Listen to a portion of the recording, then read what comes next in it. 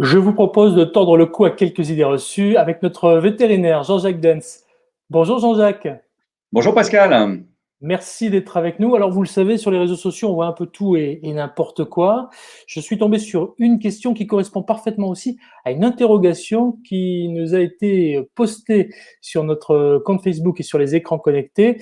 C'est précisément Aïcha qui me dit: je mets du gel hydroalcoolique sur les pattes de mon chien, ça le désinfecte. Alors, en faisant le tour des réseaux sociaux, je me suis rendu compte que c'était effectivement quelque chose qui était malheureusement, devrais-je dire, conseillé. Je dis malheureusement parce que je ne suis pas vétérinaire, mais je voudrais bien avoir Mmh. votre avis à vous, Jean-Jacques, s'il vous plaît.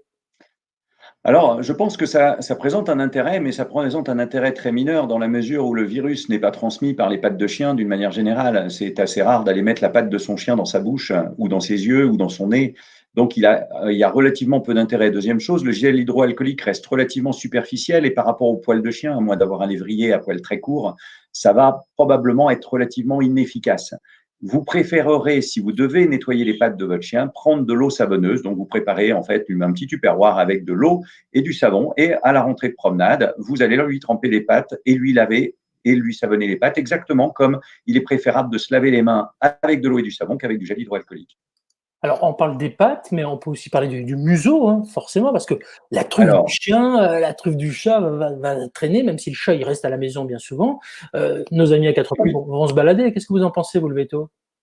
tout à fait, tout à fait. Maintenant, ceci étant, dans les connaissances que l'on a aujourd'hui de ce virus, il n'est pas non plus transporté par des voies aériennes passives, ce qui veut dire que pour que ce chien puisse être un vecteur passif, et je souligne passif du virus, il faut que quelqu'un porteur du virus l'ait éclaboussé de ces virus à lui, c'est-à-dire que quelqu'un a éternué sur votre chien, sur votre chat, et que c'est dans un délai relativement bref, cet animal va être manipulé par vous, et à ce moment-là, peut peut-être éventuellement vous transmettre le virus, et donc ça justifierait un nettoyage. Vous me confirmez, Jean-Jacques Dens, vétérinaire, notre animal ne nous transmet pas le virus.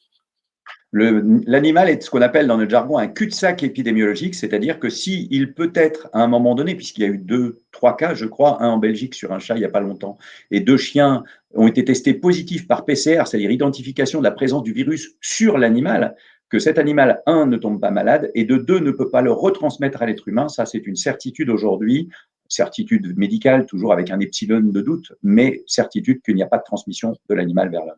Chien, chat, nouveaux animaux de Chien, chat. compagnie aussi. Pareil, pareil pour tous les animaux de compagnie, à part peut-être une chauve-souris, mais ceci étant, c'est rarement un animal de compagnie. Très bien, merci Jean-Jacques Dens et puis pardon pour les liaisons, qui sont voilà, à l'image d'internet aujourd'hui, parfois un tout petit peu compliquées. Mais, en tout cas, ça nous fait plaisir de découvrir votre cabinet. Vous êtes à la maison et vous restez à la maison, hein, c'est ça, hein, Jean-Jacques? Alors, nous, en tant que vétérinaires, nous sommes à la maison la plupart du temps, mais on assure une permanence sur l'urgence exclusive, bien évidemment. Et là, aujourd'hui, je suis au cabinet. Très bien. En astreinte, c'est-à-dire en deuxième rideau, si les urgences débordent les capacités de ma collaboratrice qui aujourd'hui est au front. Alors justement, j'ai d'autres questions pour vous qui concernent ces urgences. On va se retrouver très bientôt pour y répondre. Merci, Jean-Jacques Dens. On n'oublie pas, on reste à la maison avec ses animaux tant qu'à faire. Et oui, on reste à la maison avec ces animaux, on ne les sort que strictement si c'est nécessaire. Merci à vous. On reste à la maison, n'oubliez pas et à très bientôt pour À d'autres bientôt, questions Pascal. avec notre vétérinaire.